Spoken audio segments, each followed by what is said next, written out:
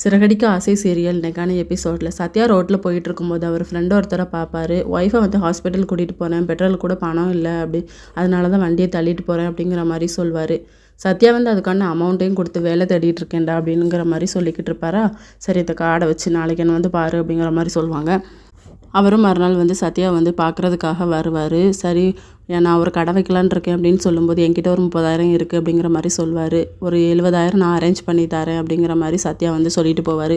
நான் உன் கூட ரொம்ப நாள் பழகிட்டேன். சிட்டி வந்து உங்கள் மாமாவுக்கு வந்து கார் ஆக்சிடென்ட் ஆச்சுல, அதுக்கு காரணம் அவன் வந்து அந்த பிரேக்கை வந்து பிடுங்கி விட்டான். கார் சாவி கொடுத்தது வந்து அவங்க அண்ணி தான் அப்படின்னு சொல்லிட்டு சத்யா வந்து நேராக மீனாவுக்கு கால் பண்ணி சொல்லிடுறாரு. மீனா வந்து அவங்க வீட்டில் எல்லாத்துட்டுமே சொல்கிறாங்க, அவளை சும்மா விடக்கூடாது, போலீஸ் ஸ்டேஷனில் சொல்லிவிட்டு அவளை வந்து ஜெயிலுக்குள்ளே தள்ளணும் அப்படின்னு சொல்லி. விஜயா கூட அப்படி தான் சொல்லிகிட்டு இருப்பாங்க. ஆனால் அண்ணாமலை வந்து இல்லை, இந்த விஷயத்தில் நம்ம தலையிட வேண்டாம், அதுக்கு நமக்கு என்ன சம்மந்தமும் கிடையாது, இல்லை யாருமே எதையும் செய்யக்கூடாது அப்படின்னு சொல்லிட்டு போயிடுறாரு. இன்னொரு பக்கம் ரவி, ஸ்ருதி, முத்து, மீனா 4 பேருமே சொல்கிறாங்க, அப்பா சொன்ன மாதிரி நம்ம எதுவுமே செய்ய வேண்டாம், ஆனால் அவள் ஒவ்வொரு நாளும் பயந்துக்கிட்டு இருக்கணும், நமக்கு தெரிஞ்ச விஷயம் எதுவுமே அவளுக்கு தெரியக்கூடாது, அவள் தெரியாமல் நம்மளை வாழ்நாள் முழுக்க சித்திரவதை பண்ணிக்கிட்டு இருக்கணும் அப்படின்னு சொல்லி பிளான் போடுவாங்க.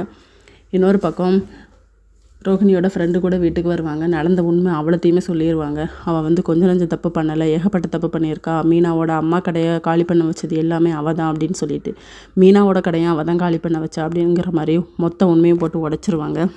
இன்னொரு பக்கம் சிந்தாமணி வந்து ரோஹிணிட்டு சொல்லிகிட்டு இருப்பாங்க, உங்கள் வீட்டில் என்ன பிரச்சனை போய்கிட்டு இருக்கு தெரியுமா, உன் ஃபோட்டோவெல்லாம் போட்டு எரிச்சிட்ருக்காங்க அப்படின்னு சொல்லி. என்ன தான் எரிச்சாலும் நான் வந்து அவனோட ஒய்ஃபை தான், அவன் என்றைக்குமே எனக்கு தான் அப்படிங்கிற மாதிரி இவங்க சொல்லிக்கிட்டு இருப்பாங்க ரோஹிணி. இன்னொரு பக்கம் விஜயா வந்து மனோஜை கூட்டிகிட்டு ஒரு வக்கீலை பார்க்க போயிருப்பாங்க, என் பையனுக்கு டைவர்ஸ் வாங்கணும் அப்படின்னு சொல்லி. இதோட இன்றைக்கான எபிசோட் முடியுது.